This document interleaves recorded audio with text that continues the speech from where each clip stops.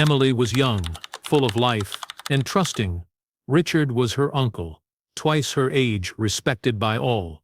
No one knew their secret affair would spiral into betrayal, fear, and end with her body buried in a shallow grave. Maple Grove was the kind of town where people left their doors unlocked at night, and waved at every passing car, even if they didn't know who was inside. Nestled among rolling hills and quiet roads, it was a peaceful place where nothing much ever happened. At least, nothing that made headlines. People went about their lives in routine harmony, attending Sunday church, small school events and backyard barbecues. In a town like that, everyone believed they knew everything about each other, but there are some secrets that dig deep, hiding in plain sight, waiting to erupt, and the secret between Emily and her uncle Richard was one of those, the kind that would leave the entire town stunned. Emily was the kind of girl people described as kind, bright, and full of promise. At 24, she had just begun carving out her place in the world. She lived alone in a modest rental home near the town square and worked part-time at a cafe where she was known for her warm smile and easygoing nature. Friends admired her independence, and family members spoke fondly of her at gatherings. But there was something underneath her calm exterior that no one had quite picked up on. She was carrying a heavy secret, one that began during a vulnerable time in her life, when she was grieving the loss of her mother. In those difficult months, Richard, her father's older brother, began spending more time around her, offering comfort, lending a shoulder and checking in more frequently. Richard was in his mid-40s, a tall, broad-shouldered man with a calm presence that made people trust him. He owned a small auto repair shop and had been married to his wife for nearly 20 years. He had 2 children and was considered a responsible family man. At every family event, Richard played the part perfectly, helpful, respectful, and always ready with a joke or a kind word. But behind the scenes, something else was happening. His relationship with Emily had shifted over time. What started as shared grief turned into secret meetings, hushed conversations, and eventually a romantic affair that defied every boundary of morality and family trust. Neither of them had planned it, and perhaps neither fully understood the darkness of what they were entering. But once the line had been crossed, there was no turning back.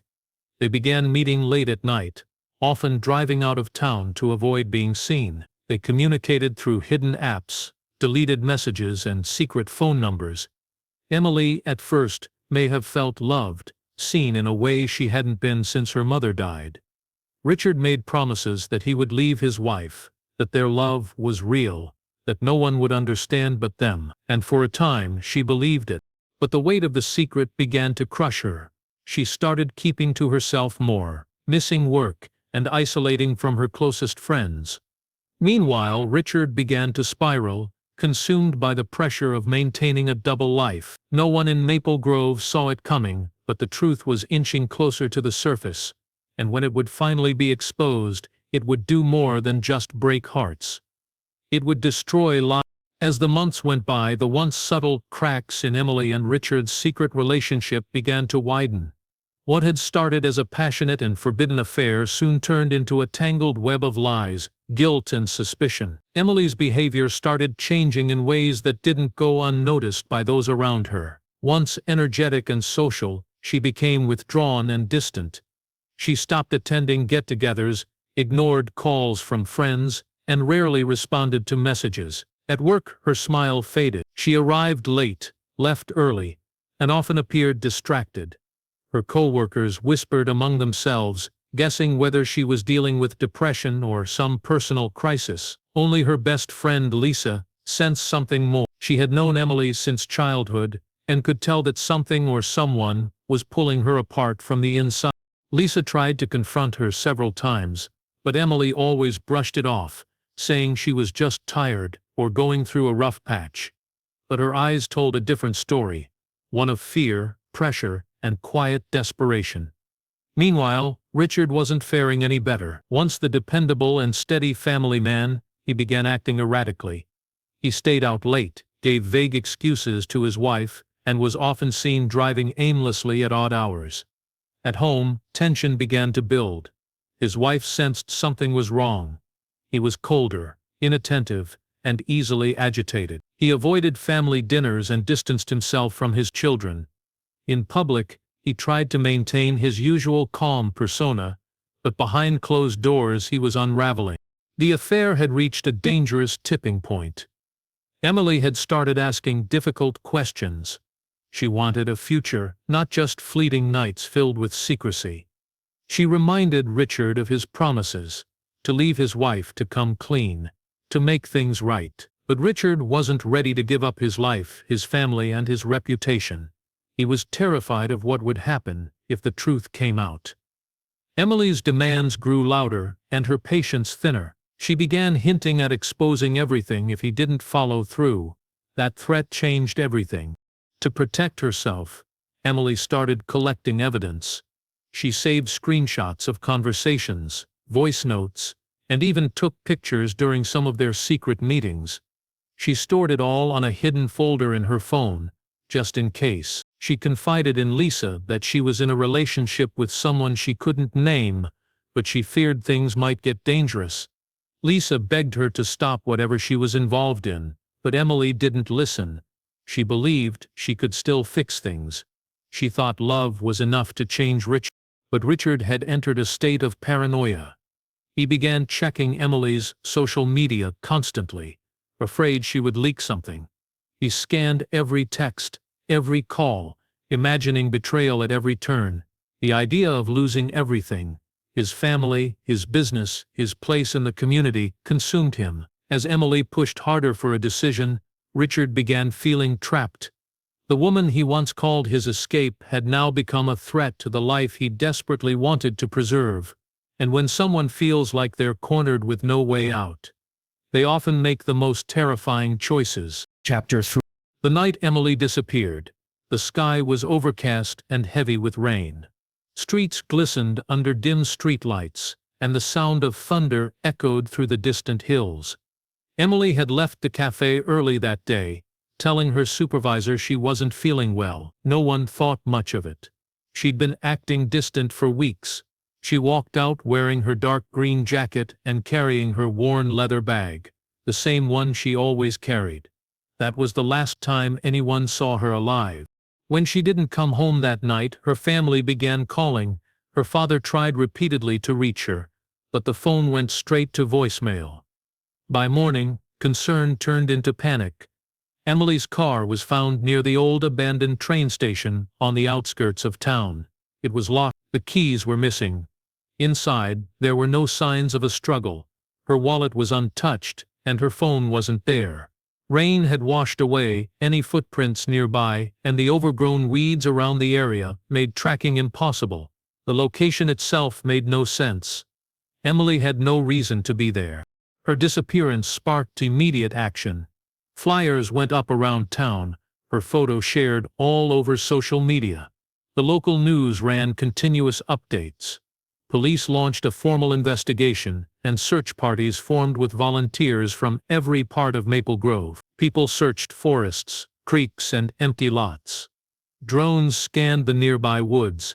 Dogs sniffed through trails, but there was no sign of her. Detectives began questioning friends, co-workers, and family. Most had little insight, describing Emily's recent behavior as distant and secretive. But one person gave them a reason to look closer: her best friend Lisa. After hesitating for days, she finally told investigators that Emily had been involved in a secret relationship, one that she feared had become dangerous. Lisa didn't know the man's name but mentioned Emily had become fearful in the last few weeks and was gathering evidence just in case something happened to her. That piece of information shifted the investigation entirely. Authorities began checking Emily's digital footprint. Her social media was mostly clean, but they found several deleted messages and call logs pointing toward one familiar number: Richard's. Investigators retrieved phone records and discovered frequent late-night calls between Emily and Richard spanning several months. Some of them occurred just days before she vanished. When asked, Richard claimed he hadn't spoken to her in weeks, but the records said otherwise. Detectives grew more suspicious. They analyzed his movements and checked surveillance footage from traffic cameras around town. One clip showed Richard's truck driving toward the forest road near the train station around the same time Emily went missing. He returned nearly 2 hours later, his truck appearing dirty along the sides. With growing suspicion and no hard evidence yet, the police quietly kept Richard under surveillance.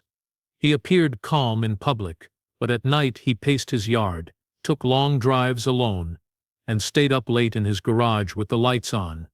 Meanwhile, Emily's family was unraveling. Days turned into a week. Hope was fading.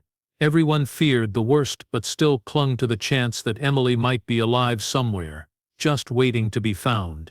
8 days after Emily's disappearance, the search reached a chilling climax.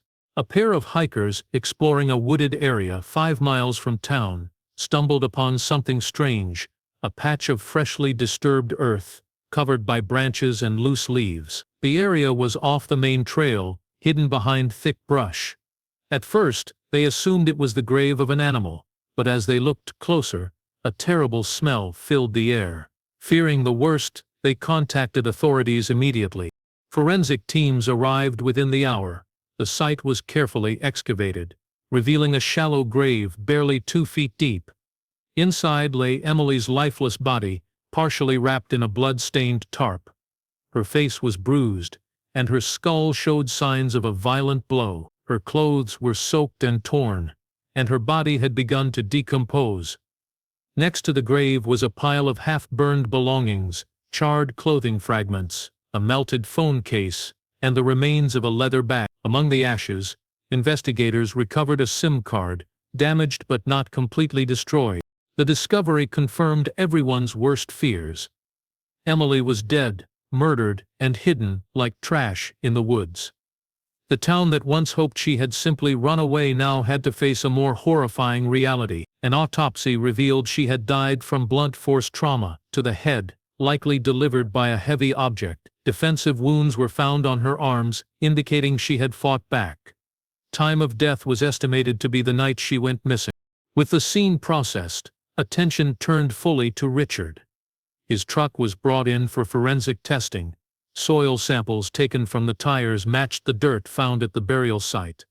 Blood traces on a tarp in his garage were identified as Emily's through DNA testing. Investigators also found a heavy wrench in the garage, hidden behind a toolbox, with traces of blood and hair still stuck to it. Confronted with the mounting evidence, Richard's lies began to fall apart.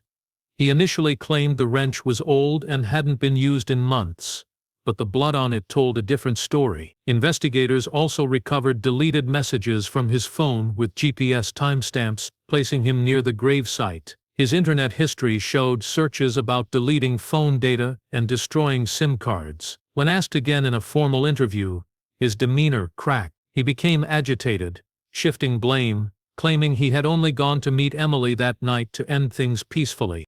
Eventually, the pressure became too much. Faced with undeniable evidence, Richard confessed. He said he met Emily that night because she threatened to expose their affair to the entire family. She had proof, messages, photos, recordings, and she wasn't bluffing. He panicked. An argument turned physical, and in a moment of rage, he grabbed the wrench from his truck and struck her. After realizing what he had done, he wrapped her body in a tarp, drove to the woods, and buried her in a hurry. He burned her belongings nearby and tossed her phone's SIM card into the fire, thinking it would destroy the evidence. His confession sent shockwaves through the town. A trusted family man had turned into a murderer, and the victim was his own niece. What began as a hidden affair ended in a brutal killing that would leave the entire community forever changed. The trial of Richard Evans began 6 months after his confession, drawing national attention and overwhelming the quiet town of Maple Grove. Reporters lined the courthouse steps, and residents who once spoke fondly of Richard now looked at him with disgust and disbelief. The courtroom was filled with silent tension, packed with family, friends, and curious strangers. On the first day, Emily's parents entered with blank faces, their pain etched deeply into their eyes. Her father could barely glance at the man who had once stood beside him at family dinners, birthdays, and holidays, his own brother, now accused of murdering his daughter in cold blood. The prosecution laid out the case clearly. Richard had abused his position of trust to carry on an illegal and immoral affair with his niece, then killed her in an effort to silence her when she threatened to reveal the truth. They presented phone records, location data, DNA evidence from the wrench and the tarp, and surveillance footage of his truck near the burial site. The forensic analysis of the grave scene and the digital recovery of partially deleted texts painted a timeline that matched perfectly with the night Emily vanished. Every piece of evidence was like a nail in the coffin of Richard's defense. One of the most powerful moments in the trial came when prosecutors played a recovered audio message from Emily. In the recording, her voice trembled as she talked about her fear that someone close to her might hurt her if the truth came out. It wasn't just a message. It was a haunting cry from beyond the grave, and it left the entire courtroom silent. Some people cried quietly, even the jury looked shaken. Richard's defense attempted to argue that the killing was not premeditated, that it happened in a moment of panic, and that he was remorseful. They tried to portray him as a broken man who made a terrible mistake under extreme emotional pressure. But nothing they said could erase the facts. Nothing could make the public forget that he had spent weeks lying, destroying evidence, and pretending to be concerned while he knew where Emily's body lay buried. In the end, the jury took only 3 hours to reach a verdict. Guilty on all counts: first-degree murder, destruction of evidence, and obstruction of justice. The judge, grim and composed, sentenced Richard to life in prison without the possibility of parole. The courtroom erupted into quiet sobs, gasps, and a wave of relief. Justice had been served, but the damage was permanent. Emily's family never truly recovered. Her father withdrew from public life. Her mother fell into depression, and the house that once echoed with laughter became a place of sorrow. Friends created a small memorial in the town square, a bench with her name, surrounded by flowers and photos. Maple Grove itself changed. Trust became harder to give. People became more cautious, more aware that monsters don't always hide in shadows. Sometimes they live next door or sit at your dinner table. Emily's story, once whispered in shock, became a painful lesson. A reminder that secrets destroy, silence is dangerous, and even in the safest towns, unthinkable tragedies can unfold behind closed doors.